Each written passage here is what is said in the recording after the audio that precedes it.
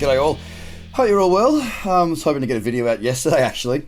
Then the market went boo and did that. You know, it came off pretty damn hard, didn't it? 8.5%. No small sell-off. So I wanted to talk to you about a couple of things that are coming up because we look, I've been trading foreign exchange and stocks and whatnot for a lot longer than I've been trading crypto.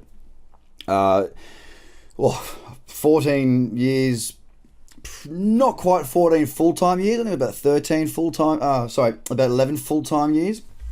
But for me, there's news events in other markets that I would avoid. And this is what my theory and the way that I teach people around the trading windows, you know, looking for periods of time where opportunity can live. But I also have windows trading foreign exchange as an example, whereby those windows were in between news, because I don't have any understanding of what the news is going to say. You know, you've got your analysts out there, and they culminate the average of those analysts to find out what it's likely to be. They show what it was, and then of course when the news comes out, the market can react either positively or negatively, or not at all if it's bang on usually.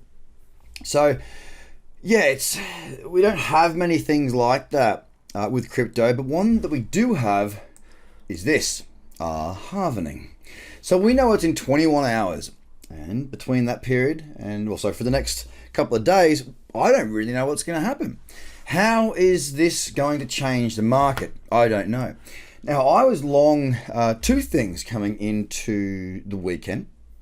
I was long Ethereum Classic on a cradle, and I was long on XRP perp on a Bitcoin breakout trade. On Saturday, I got filled there. Now, both got stopped out. So that's a 2% loss for me. And it was because of this big sell-off that we came down. And for me, because I've got that uncertainty around what's going to happen, it means I exercise an awful lot of caution. I just want to make that very, very clear. So whilst I look at this and I typically just wait, a lot of the charts have been sort of killed off a little bit because of this big sell-off. Look at how choppy this is now getting. If I go lower on the time frames, there's nothing of real substance there. If I go even lower still really nothing there of substance. I'm not too interested in anything through there at the moment. If I was to look to trade, and I will be holding back for the most part, as it is something that I just don't have any control over at the moment, maybe pullbacks into there. But again, it would be with very, very small risk if I was to do so. Because the risk to me at the moment, with the uncertainty, it could go flying higher, it could go flying lower. And if you go back through and have a look at the two last halving periods, which was the 6th of July in 2016 and the 28th of November in 2012, after the halving event happened, we saw some very big moves. But leading up to it, we did see a move, and then we saw pullbacks, and it can get a bit choppy. So I'm going to wait and see what the market presents to me over the next couple of days. No trades on Bitcoin just yet. You look at Ethereum again. I'm going to work the top 10 of these contracts right now, because another thing I want to point out is there's a lower high here on Ethereum Perpetual. On Bitcoin, the trend is still very much in play. But on Ethereum, a lower high has come in. You combine that with the weekly now. Look, the weekly has got above these cradles, and it is in the right, it has got above the moving averages, and it is in the right order for uptrends and whatnot. You look at the 2-day as well, it's still there, but there is a lower high in there. So if I was looking for trades, I'd probably be looking for short trades here, but once again, looking at Ethereum, very, very messy, nothing of interest. XRP, here was a trade over here. It was a combination of a cradle and a lovely little breakout through here. Why was it lovely? Well, because it set up perfectly well. Now, I got stopped out of that before the big fall, which was nice because I didn't cop any potential slippage there on a big fast move.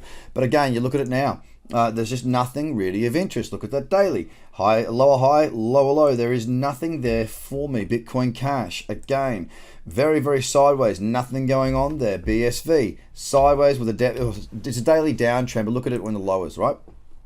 The lower time frame here on the 1 hour. Yuck.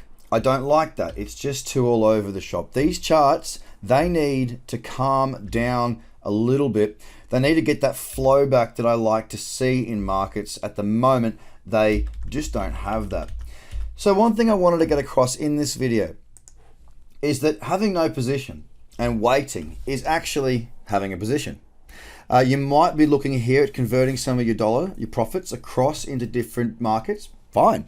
That's up to you as to what you do. But I can say that in 21 hours, I know that we're going to be having a Bitcoin halving go forward. And it's going to take me some time to wait. Sorry, 18 hours. I just refreshed it. It's 18 hours and 46 minutes. For me, I'm going to be waiting and seeing how this plays out. I'm not going to be trading aggressively. I'm not going to be doing anything crazy. I'm not going to be selling anything, and I'm not going to be buying anything. I'm going to be watching. And after this is passed, once we get that trend in motion, based on past experience in this market, past history in this market, we may just see whatever that trend is going to be a good one. Because in 2012, we saw that follow through up to 1,000. I think, sorry, not up to 1,000. It was up to $180, I think, from about 8 from the 2016 run. We saw a move up to that $1,000 mark and through it. We've seen some big moves following these halving events, but it's taking a little while for them to get going.